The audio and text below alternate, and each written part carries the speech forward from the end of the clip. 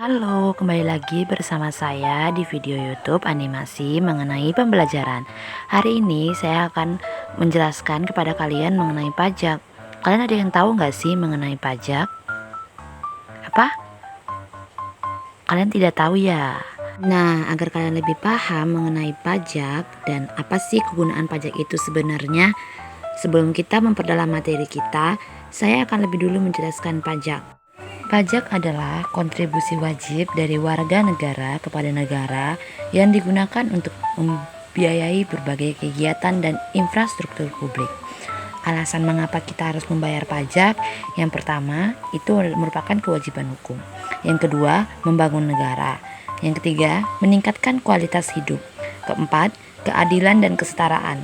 Dan kelima, mengurangi ketergantungan pada orang.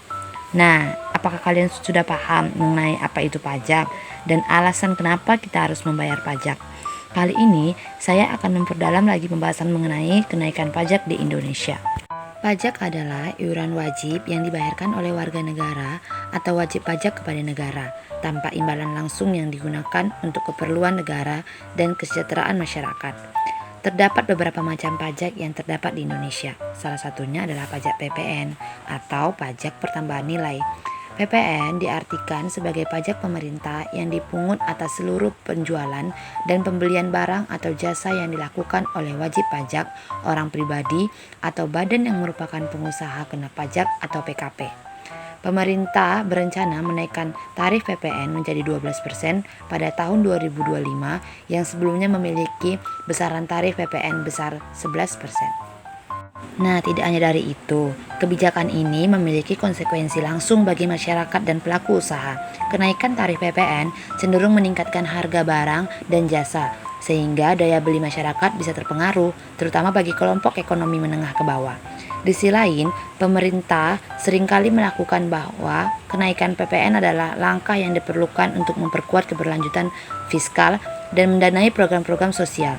Dengan pengelolaan yang tepat, tambahan pendapatan dari kenaikan tarif ini dapat dialokasikan untuk pembangunan infrastruktur, pendidikan, kesehatan, dan program pengentasan kemiskinan. Sebagai pengimbang, berupa kebijakan komersial sering diperlukan seperti subsidi bagi kelompok rentan atau pembebasan pajak untuk kebutuhan pokok tertentu. Namun, keberhasilan kebijakan ini sangat bergantung pada implementasi yang efektif dan transparansi pemerintah dan pengelolaan dana publik. Nah, bagaimana? Kalian sudah mengetahui belum fungsi pajak dan kenaikan pajak PPN di Indonesia? Nah, semoga video ini bisa membantu kalian mengenal ya apa itu pajak.